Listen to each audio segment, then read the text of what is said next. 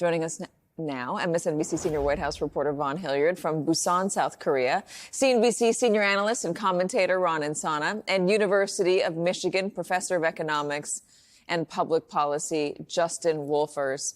Quarter-point cut just confirmed. So, Justin, I'm going to get you on that to start. Yeah, I've got that right in front of me. So pretty much what everyone expected would happen, happened. Don't read too much into this.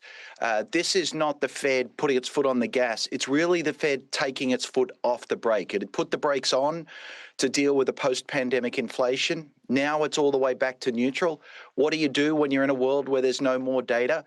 It can be really hard to figure out the next steps, but you do know being neutral is a safe place to be. There's two other things that have struck me straight away.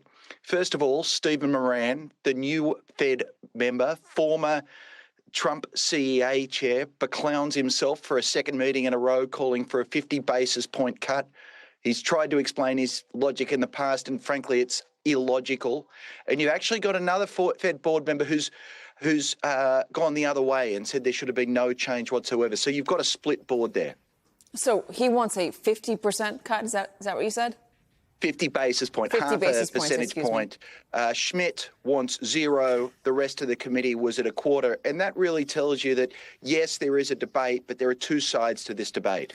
That is really interesting. So, Ron, let's try to understand what Jerome Powell and the Fed broadly is trying to do here, why it is so complicated in this moment, because you see the stock market hitting crazy highs again. People are feeling good if they're in the market. Those in the top are doing really well. But those in the bottom are really struggling. The K-shaped economy, as we've discussed. How difficult does that make things for the Fed?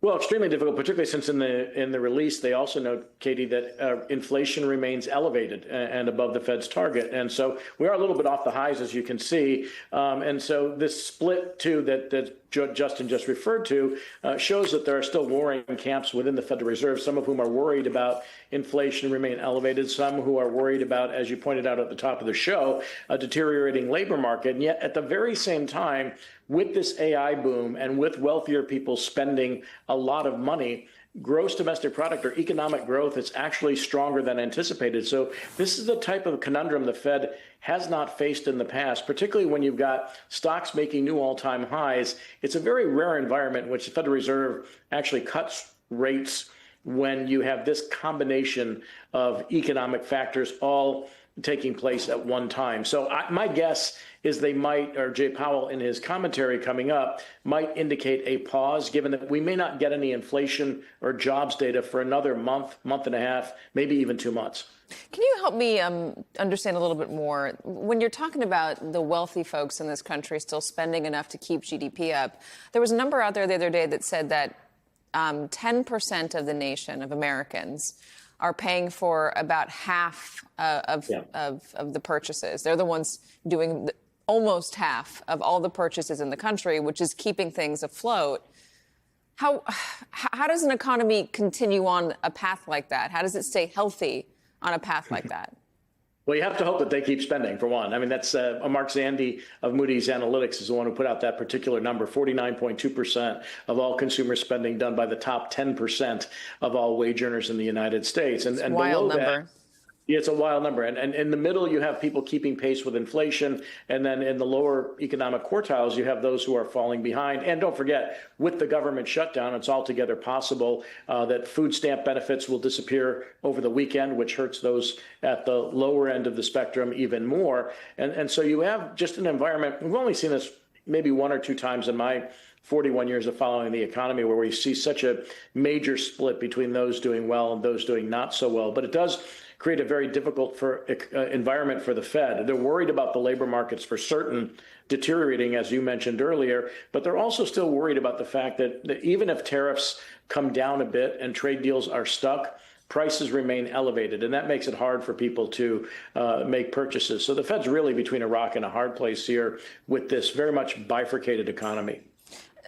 What is this saying, Justin, that a rising tide lifts all boats? These boats are not all being lifted. Look at these prices right here. Ron was saying this has only happened a handful of times.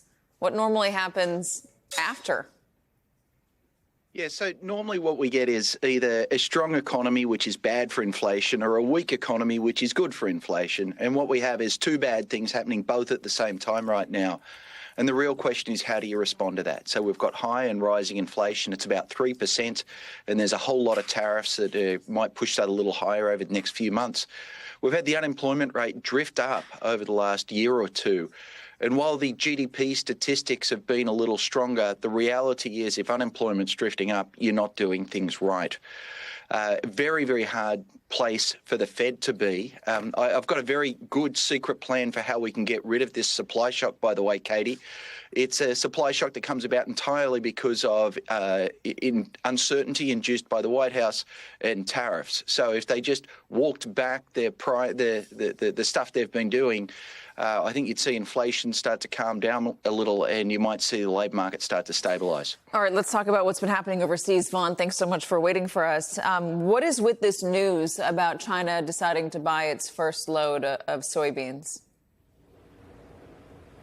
That's what we're still working on getting confirmation on. China itself, through the Chinese embassy, is telling MSNBC that this is a moment when it comes to soybean purchases and the knowledge that they stopped buying $12 billion worth of soybeans here because of the Trump-induced trade war, that it is incumbent upon the American side to de-escalate the tariff war and pull back the efforts to block certain goods from being exported from the United States into China. And so this is where, for these trade talks here tonight, the first time that these two men will be meeting face to face in 6 years, I think there's a level of skepticism that is going into these talks because, well, President Trump has suggested that he thinks they may be able to walk away with an agricultural purchase guarantee from President Xi, that they may be able to as well avoid escalating tariffs by another 100%, which is essentially at an embargo level. If you go back to February, when this trade war started,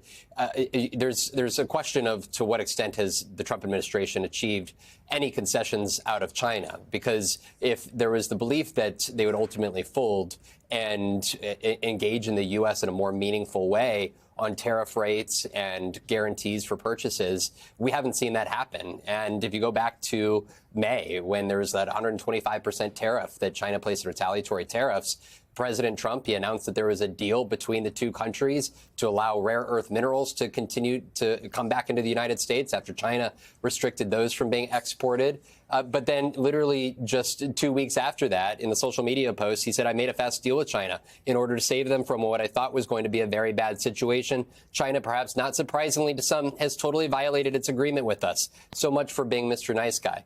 That was literally 5 months ago. And so already here in 2025, China has undercut what President Trump understood to be an agreement and has shown no desire necessarily to negotiate in a meaningful way with the president, at least under his terms right now. What about the reports, the worries that are coming from alleged White House advisors that they're concerned the president might change the American position on Taiwan in order to get concessions out of President Xi?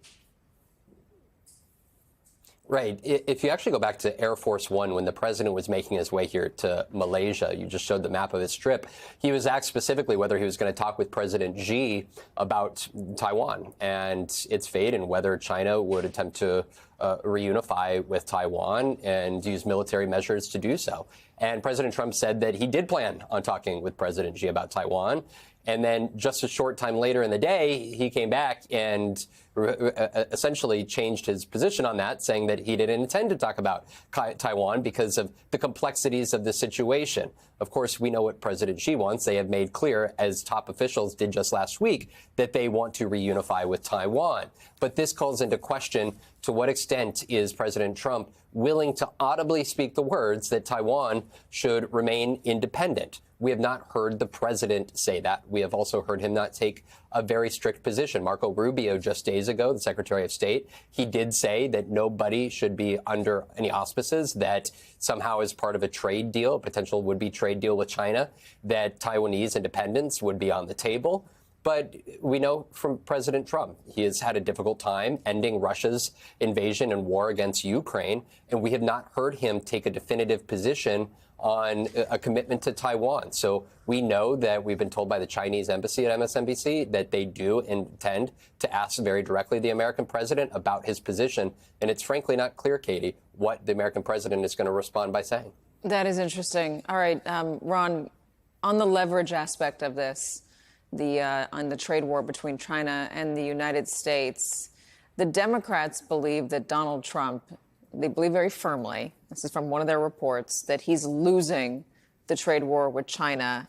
This is from CNBC. Studies suggest that President Trump's tariffs are costing American families around $1,500 more per year and disproportionately harming lower and middle income households that spend a greater share of their incomes on essential goods. This is what the Senate Dems report says. Are the Dems far off? Are they right on? No, well, I mean, with respect to costing American consumers $1,500 a year, I think that's about right, given that the tariffs, cover not just China, but a wide variety of countries. As we know, we have 50% tariffs on Brazil. Coffee prices are up 25% this year. So the cost of living for many people, and particularly at the lower end, has gone up. Who has the leverage in the U.S.-China trade dispute? China still, to a certain extent, has the upper hand insofar as they can create a supply chain disruption, the likes of which we haven't seen since the pandemic, if they continue to put export controls on these rare earth materials that are used in everything from high technology to military goods to automobiles and things like that. So, we would need to come away with a deal in which they relax or eliminate those restrictions, make those agricultural purchases, and have both countries back away from tariffs for this to work out for both the United States and for China. Justin, last word to you. Mate, the one thing I want to come back to is the interest on the Fed. I was just trying to do some research while we were on the air, and the last time in which we saw dissent on one side and dissent on the other looks like it may be over 10 years ago. This is once in a blue moon territory, telling us that we're in a funny world right now.